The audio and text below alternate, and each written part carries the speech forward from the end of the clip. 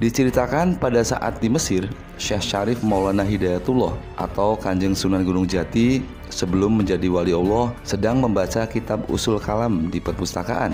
Di dalam kitab itu dijelaskan bahwa walaupun pada kenyataannya Rasulullah Shallallahu Alaihi Wasallam sudah wafat, tetapi Gusti Allah Maha Kuasa atas segala sesuatu. Maka dengan izin Allah, bukan hal yang tidak mungkin jika ada orang yang bisa bertemu dengan Rasulullah sekalipun beliau telah tiada. Semua semata-mata karena kehendak Allah Subhanahu Wa Taala. Seperti pada saat Rasulullah masih hidup dan melakukan perjalanan Isra Miraj, maka baginda Rasulullah bisa bertemu dengan para nabi terdahulunya yang sudah wafat. Penjelasan menurut kitab Usul Kalam tersebut membuat Kanjeng Sunan Gunung Jati merenung dan merasakan betapa rindunya beliau kepada leluhurnya, yaitu Nabi Muhammad Rasulullah Shallallahu Alaihi Wasallam. Maka beliau sangat berkeinginan untuk bertemu dan berguru kepada Rasulullah Shallallahu Alaihi Wasallam. Syekh Syarif Maulana Hidayatullah yang merupakan keturunan Rasulullah yang ke-22 ini akhirnya keluar dari pejimatan atau dari perpustakaan dan menghadap ibundanya, yaitu Kanjeng Ratu Rara Santang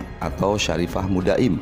Sambil bersimpuh penuh hormat kepada ibunya, lalu Kanjeng Sunan Gunung Jati berkata, "Duhai ibu, mohon izin dan restu Ananda hendak berguru kepada Kanjeng Rasulullah Shallallahu Alaihi Wasallam. Ananda hendak mencari dimanapun sekiranya beliau berada." Kemudian sambil tersenyum lembut, sang ibunda yaitu Ratu Rara Santang atau Syarifah Mudaim ini berkata, "Nak mas sayang, putraku, seyogyanya engkau telah tahu bahwa baginda Rasulullah Muhammad Sallallahu Alaihi Wasallam sudah wafat. Bahkan kau adalah keturunannya yang ke-22. Maka sebaiknya bergurulah kepada para kiai dan aulia yang kau sukai. Janganlah engkau mencari sesuatu yang sudah tiada."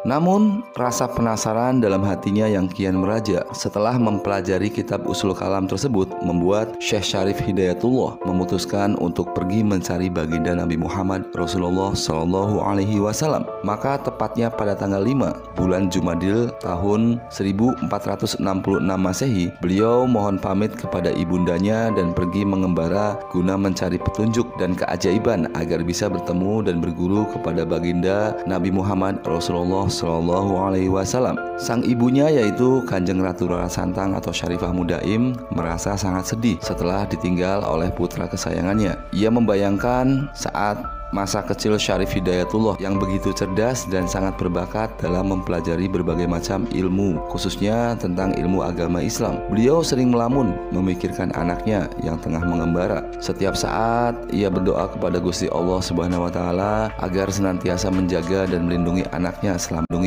selama dalam perjalanan dimanapun ia berada. Sampai pada suatu malam, Kanjeng Ratu Rara Santang atau Syarifah Mudaim bermimpi bertemu dengan suaminya, yaitu Sultan Mesir yang pada saat itu sudah wafat. Sultan Mesir suaminya ini berkata, "Wahai Adinda Syarifah Mudaim, janganlah engkau bermuram durja, ikhlaskanlah dan percayakanlah semuanya hanya kepada Allah Subhanahu Wa Taala. Bukankah dulu kau sering berdoa kepada Allah ingin memiliki putra yang kelak menjadi wali Allah yang sangat unggul di alam semesta ini? Mudah-mudahan karena perihal inilah putra kita bisa menjadi unggul seperti yang kau inginkan. Maka teruslah berdoa dan memohon kepada Allah Subhanahu Wa Taala."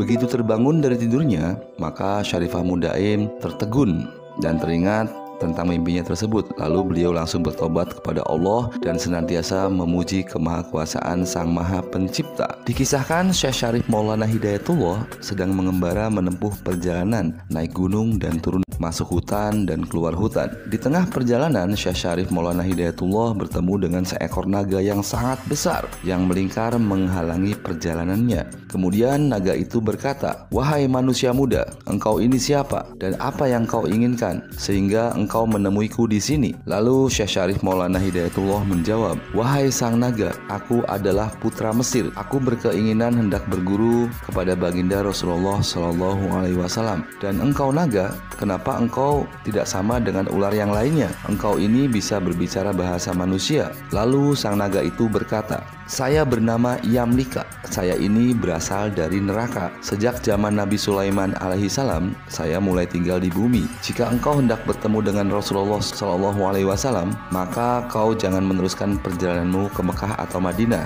Tapi jika engkau bersungguh-sungguh, maka berjalanlah ke arah barat menuju Pulau Mejeti. Di sanalah kau akan menemukan petunjuk. Dan ini saya hadiahkan untukmu cupu manik. Jika diterawang akan mengetahui hal-hal yang gaib dan bisa berkhasiat untuk pengobatan segala macam bentuk penyakit. Bahkan orang yang sudah wafat sekalipun bisa dihidupkan kembali. Kemudian cupu manik itu diterima oleh Syekh Syarif Maulana Hidayatullah dan mematuhi petunjuk naga yang bernama Yamlika ini. Kemudian beliau pamit dan meneruskan perjalanannya ke arah barat. Sesampainya di pinggir Pulau Mejeti, Syekh Syarif Maulana Hidayatullah bertemu dengan seorang pendeta yang bernama Ki Pendeta Ampini. Kemudian sang pendeta ini berkata, "Wahai anak muda, siapakah Anda dan apakah yang hendak Anda cari di sini?" Syekh Syarif Maulana Hidayatullah menjawab, "Saya ini adalah putra Mesir. Nama saya Syarif Hidayatullah. Saya berkeinginan hendak berguru kepada Nabi Muhammad Rasulullah Shallallahu alaihi wasallam." Kemudian sang pendeta ini berkata, "Apakah kau belum tahu bahwa Nabi Muhammad SAW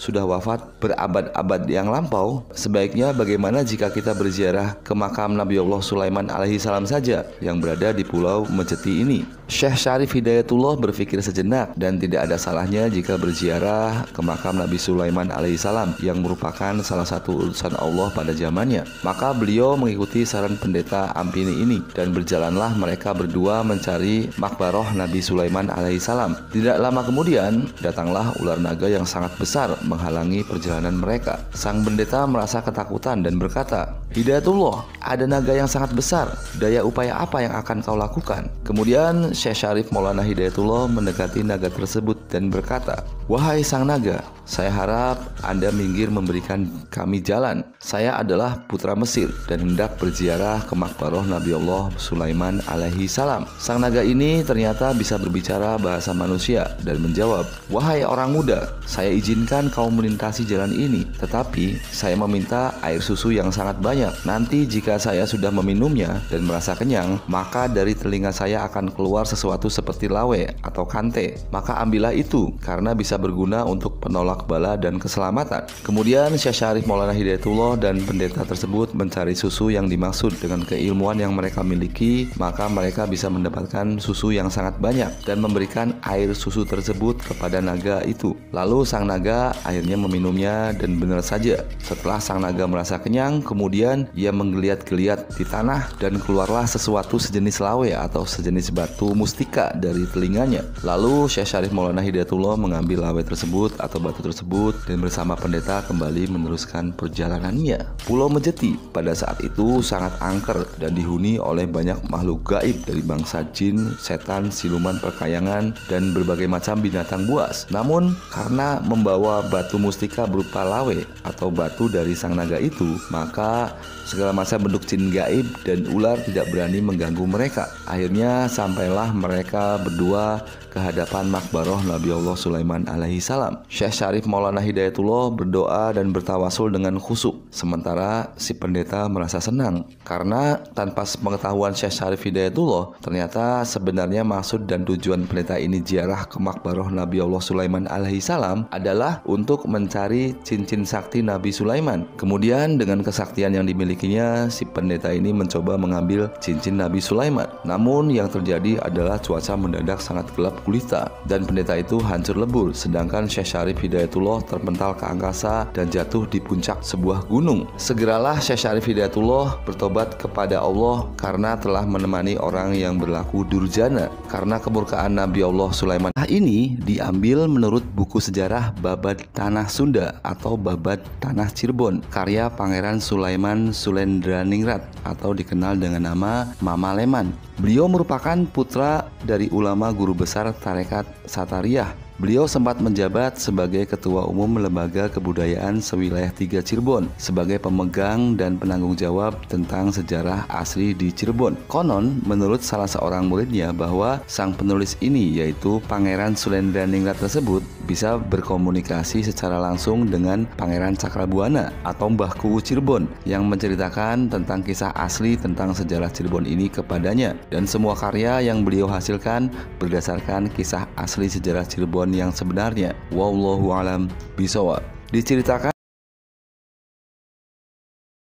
Sulaiman alaihissalam membuat sekujur tubuh Syekh Syarif Hidayatullah tidak bisa digerakkan. Namun setelah bertobat dan bermunajat kepada Allah Subhanahu wa taala, maka beliau langsung sembuh dan kembali meneruskan perjalanannya. Di tengah perjalanan, Syekh Syarif Hidayatullah bertemu dengan seorang pertapa. Di sebelah pertapa itu ada sebuah kendi pertula atau sebuah kendi yang terbuat dari gerabah tanah liat. Di dalam hatinya mendapatkan firasat untuk meminum air di dalam kendi tersebut. Kemudian Syekh Syarif Maulana Hidayatullah menghampiri pertapa itu dan meminta izin sambil berkata, "Wahai pertapa, kendi itu milik siapa? Bolehkah saya meminum air di dalamnya?" Kemudian pertapa itu berkata, "Saya tidak tahu kendi ini milik siapa. Saat saya hendak bertapa di tempat ini, kendi ini sudah ada di tempat tersebut." Kemudian Syekh Syarif Hidayatullah berkata, "Wahai pertapa, izinkan saya bertanya kepada kendi tersebut tentang asal muasalnya." Kemudian sang pertapa menjawab, "Silahkan jika engkau mampu berbicara dengan kendi itu." Kemudian Syekh Syarif Hidayatullah bertanya kepada kendi tersebut, "Wahai kendi pertula, siapakah yang memilikimu dan dari manakah kau berasal? Bolehkah aku meminum air di dalam kendimu ini?" Dan keajaiban pun terjadi. Kendi itu bisa berbicara dan menjawab, "Saya kendi berasal dari surga. Semenjak zaman Nabi Nuh alaihissalam, saya diturunkan ke bumi dan menjadi milik Nabi Nuh alaihissalam." Kemudian Syekh Syarif Hidayatullah berdoa kepada Allah Subhanahu wa taala dengan bertawasul dengan membawa nama Nabi Nuh alaihissalam serta memohon izin untuk meminum air di dalam kendi tersebut. Lalu air di dalam kendi tersebut diminum,